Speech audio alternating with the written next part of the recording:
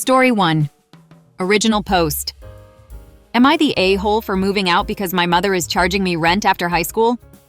Hi, I'm only 17 and I'm neurodivergent, so my decision-making has never been the best. As an important note in case this gets confusing, my parents are divorced with mom having full custody. A little while ago, my mom and I got into a huge argument because the savings, only she has access to, and was around $2,300, I had earned were used instead for my mom's bills and other payments she owed. I was rightfully mad, but unfortunately couldn't do anything about it. And the only reason I found out was because I asked to take money out for Christmas shopping, and she acted suspicious.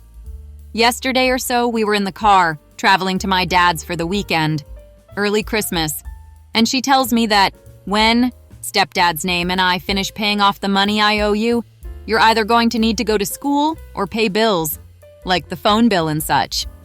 And then explained how I need to either help around the house or get a second job. I would need a second job because right now I only make around $130 bi-weekly. Again, this is a great premise. However, I don't have much in that house to begin with besides personal items. I don't feel like I belong half the time, as I look so much like my dad, and am the only person in my mom's house who doesn't have their last name. I'm odd. So I talked to my dad, we cried, and came up with a plan. I graduate early. School was a big issue, as my dad lives in an area with not so great schooling. And legally, I'm allowed to choose where I live since I was 14. I plan on collecting my information needed to prove I exist, and starting to find boxes for all my clothes and such over winter break, and then break the news to my mom after break so she still has me for 2 weeks or so. This could go two ways. One, my mother tries to fight me leaving, and I might have to wait till I'm 18, in which case I will let her know that if she fights, I'm going no contact. Two, she lets me go, helps me move, and I'm willing to contact her and possibly visit.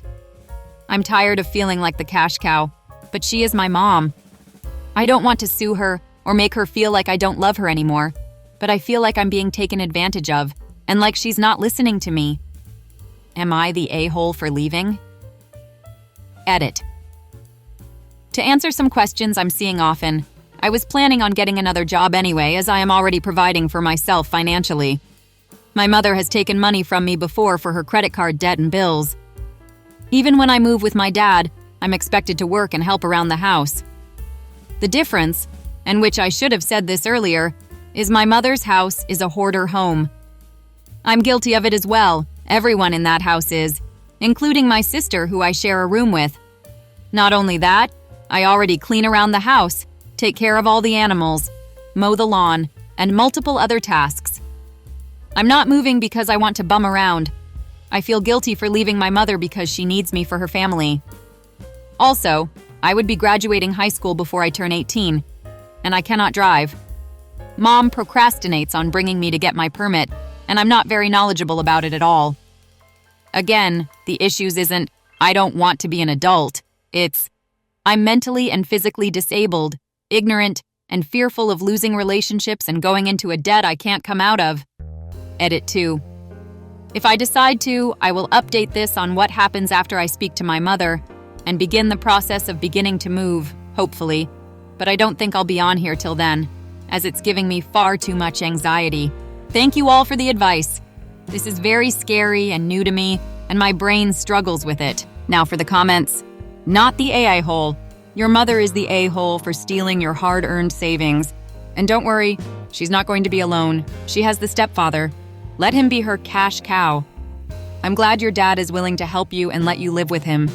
You need to live where you feel like you belong, not the a-hole. Don't let her stop you. You said legally you can choose where you live.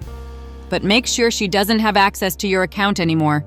Tell her you are going, and her opinion doesn't matter because the law is the only opinion. I would want to know how much you're supposed to contribute. If your mom wants $200 a month and you think going out on your own is better, you may be in for a real shock. She hasn't told me, so based on her past behavior, I'm assuming she would just see what bills she needed and ask me to pay them. She betrayed your trust, stole money from you.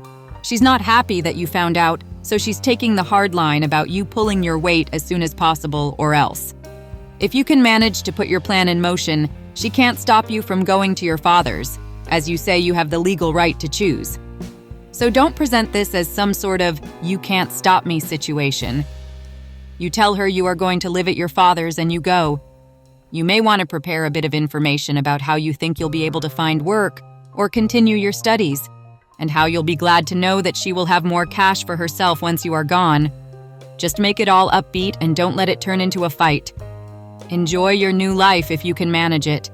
No parent should ever steal from their children. Ever. So are you moving in with your dad? Or are you trying to live on your own? Because if it's the latter, you are going to need a much better job. Just because you graduated high school doesn't mean you are actually prepared to be on your own. You may want to do some more research, job hunting, and planning before you make such a rash decision and potentially burn bridges. Your mom absolutely should not have taken $2,300 from you, but she is planning to pay you back. That hardly makes you a cash cow. It's not even enough money to cover a month of living expenses. She might have just been desperate for a minute and made a really bad decision. You might cut her a bit of slack, assuming she does pay you back, considering that she's cared for you for 17 years. This is my biggest concern, actually.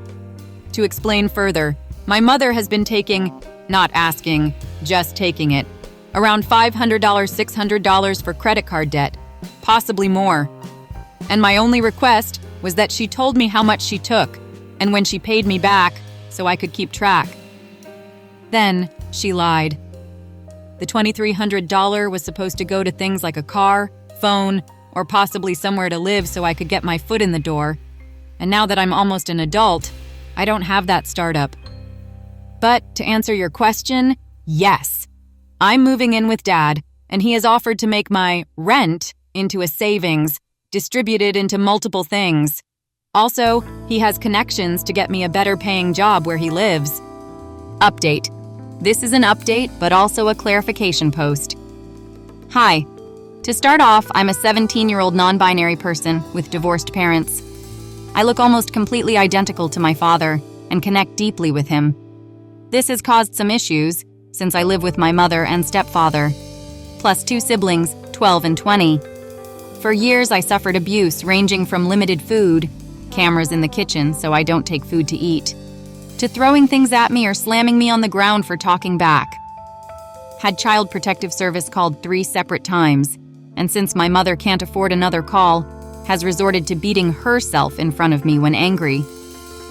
I've decided to move in with my dad, and it's not even because of the abuse. I have worked hard with around 4 to 5 different therapists to gain a genuine connection with my mom, and for a while, it worked. She stopped screaming and punishing me for existing. Here comes the problem. A couple months ago, my mom admitted to me that she would be taking $500 from my savings that I earned from working almost every day at a Walmart cashier. I was 16. At first, I was upset, but bills needed to be paid. The only thing I asked was that she told me when she took it and when it was paid back. Time passes, and I find out she paid back the original $500 and then took another $600 and didn't tell me until I asked. This is when I started getting nervous. More time goes by and Christmas rolls around.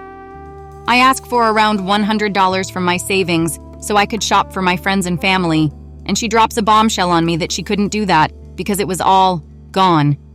$2,300, all to her credit card debt. I was furious. That's my future. I've always been poor. I didn't want to live on ramen in a crappy apartment when I moved out. I wanted my foot in the door, and she took that.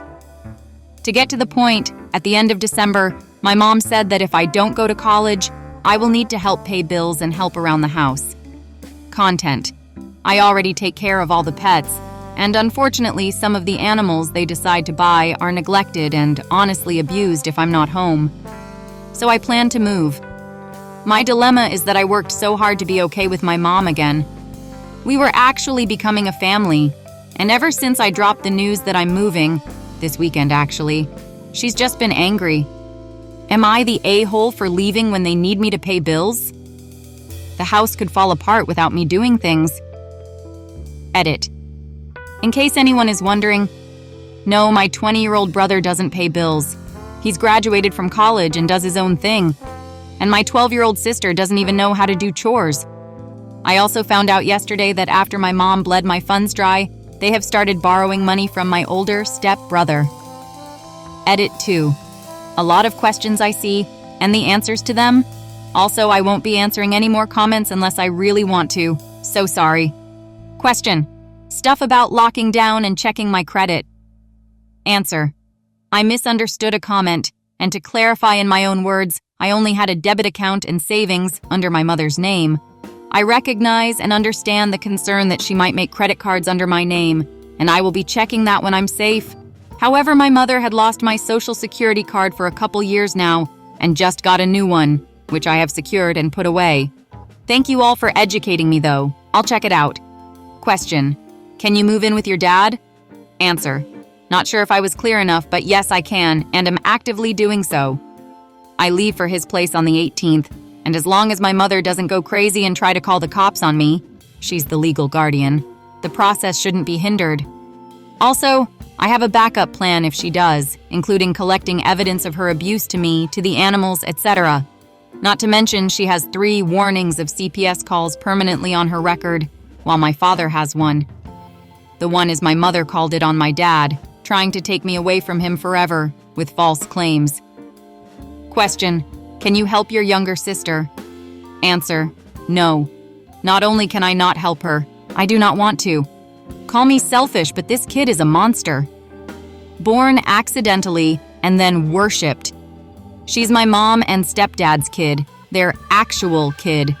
We shared a room for years, and she took it over and ruined it every single time I cleaned it and refused to help. She's spoiled, has tried to hurt me, makes fun of disabled kids, and cries whenever she doesn't get her way.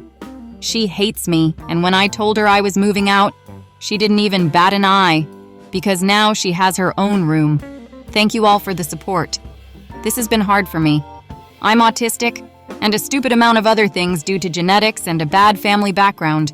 I appreciate all the kind comments, and hopefully I'll be able to make an update after the move. Oh, and Mom, if you're listening to this on one of your crappy drama Reddit YouTube channels, you suck, and I was playing dumb so you wouldn't hurt me. Fuff you. Now for the comments. Not the AA hole. They need to be adults and learn to live within their means. Live with your dad. Start saving up again. You got this. Not the a-hole. Get out. She's abusive. And I bet that credit card debt she stole your money for wasn't run up paying for food and living expenses for the family. I bet a lot of it was stuff for herself. Unfortunately, I agree. My father paid up to $8,000 a year in child support. I haven't seen any of it towards food or clothes. You are not the adult, although you act more responsible than your mother. It's not your job to adult for your mother and her new family. If your father will let you move in and let you save money again, and it's a mentally healthy environment, just move there. Get bank accounts in your own name without anyone else on them. Close the one your mother stole from. Story 2. Am I the a-hole for using my sister's words against her and saying she should feel lucky to have her kids and to have all that time with them? I, 32 female, have been lower contact with my sister Jade, 33 female, for almost 3 years now. I have fertility issues and have been unable to conceive naturally or with fertility medication. When Jade was pregnant with her 3rd child, I had ended my time on a fertility medication. At that time, I was upset to be at the end of another option in my fertility journey. Jade sent me a text a couple of days after I finished and bluntly asked me if I was pregnant yet. The text came from nowhere and the tone felt very harsh. But we had been close, so I tried to give her the benefit of the doubt, and I told her unfortunately no, but it wasn't the end. She came over to my house later that day and told me she was pregnant again, her 3rd child, and that I should quit making a big deal out of having kids and just be grateful that I get to spend time with her kids.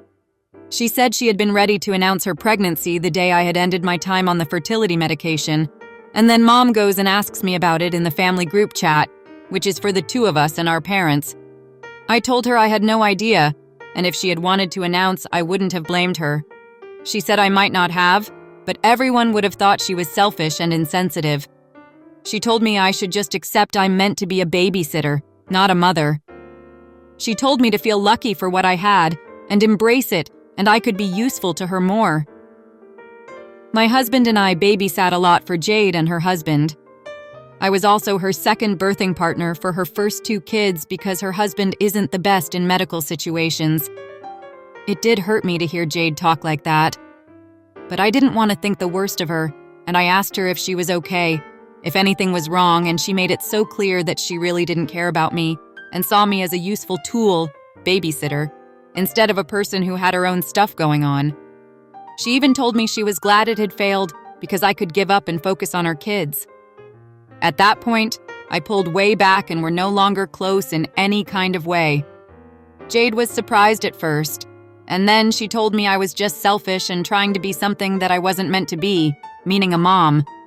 My parents were upset with what Jade had said, and they asked her to apologize to me, but she never has. She defended her stance and said I could be of better use. When our parents told her it was so wrong to talk to me like that, she said it's fine, and I was never that great of a babysitter anyway, and they're better off without me. My husband and I are still trying to get me pregnant, but we're also focusing on staying mentally healthy through it all, and I prioritized therapy for a while after the breakdown in my relationship with Jade. A few days ago, Jade texted me and asked me to babysit her 4 kids. 2 were in school, so I'd need to pick them up after school, and the other 2 I was supposed to have all day. She said she had some kind of doctor's appointment and our parents said no. I replied with a simple no. She texted back that I needed to do this and she couldn't bring her kids to the hospital with her. I shared my previous response of no and left it there. She told me I needed to effing step up, and she had to reschedule a few times already because she has the kids so much and she needed to go and couldn't have them with her. Where I might be the eye hole is, I sent a longer reply this time, and I told her she should feel lucky to have her kids and be grateful she has all that time with them, using her own words against her after 3 years. Jade went nuts after that, but I ignored every text and didn't read most of them. But she told me it wasn't the time, and a hospital appointment is a big deal. Am I the a-hole? Now for the comments, not the a-hole. She's not been very empathetic or considerate towards you during your fertility struggles, has belittled and insulted you, undermined you, yet is still expecting you to bend over backwards for her when it comes to babysitting duties. You don't owe her anything, and you deserve to focus on yourself and starting a family. Stick to your boundaries. You don't allow your mother or anyone else to guilt you into doing things you don't want to do. Plus, if you were never that good of a babysitter anyway, then she should find someone who is. I wanted to say that to her, actually. But then I also knew I shouldn't engage too much either, because she already had my answer. Not the AI hole. Jade can pound sand. I am petty and an AI hole, and here is what OP should do. Refuse to babysit for the next 12 months, and let Jade enjoy the full benefits of parenthood. Also, I love how OP simply replied, no. Such a complete answer. Not the a-hole OP. Good for you, OP. Do yourself a favor and just block her. I feel sorry for your nieces and nephews growing up with a mother like her. Best of luck on your fertility journey. Not the a-hole. It's something I'm considering after this. The fact she reaches out to me directly for the first time in years, and it's to ask for more free babysitting. It tells me there's no room for growth and change, and I could be better off blocking her. There's some guilt about it on my end that I'll bring up with my therapist. Her insensitivity to a very painful experience for you is mind-blowing. You're not the a-hole, and I'm sorry you're going through infertility. You deserve to be a mom. Thank you. It hurts more when it's someone you were so close to for so long.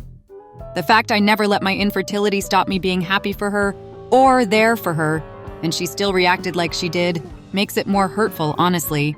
Not the a-hole. Jade sounds incredibly self-centered and dismissive of your feelings and boundaries.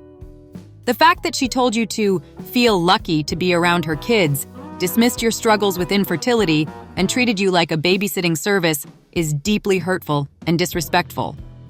Using her own words against her might have been blunt, but it seems like she needed a reminder of how dismissive and insensitive she's been in the past. It's clear you've been generous with your time and energy for years, even at the expense of your own mental health. Setting boundaries, especially with someone who has been as dismissive and demanding as Jade, isn't selfish. It's necessary for your well-being. She needs to learn that relationships aren't one-sided, and that your life and feelings matter too.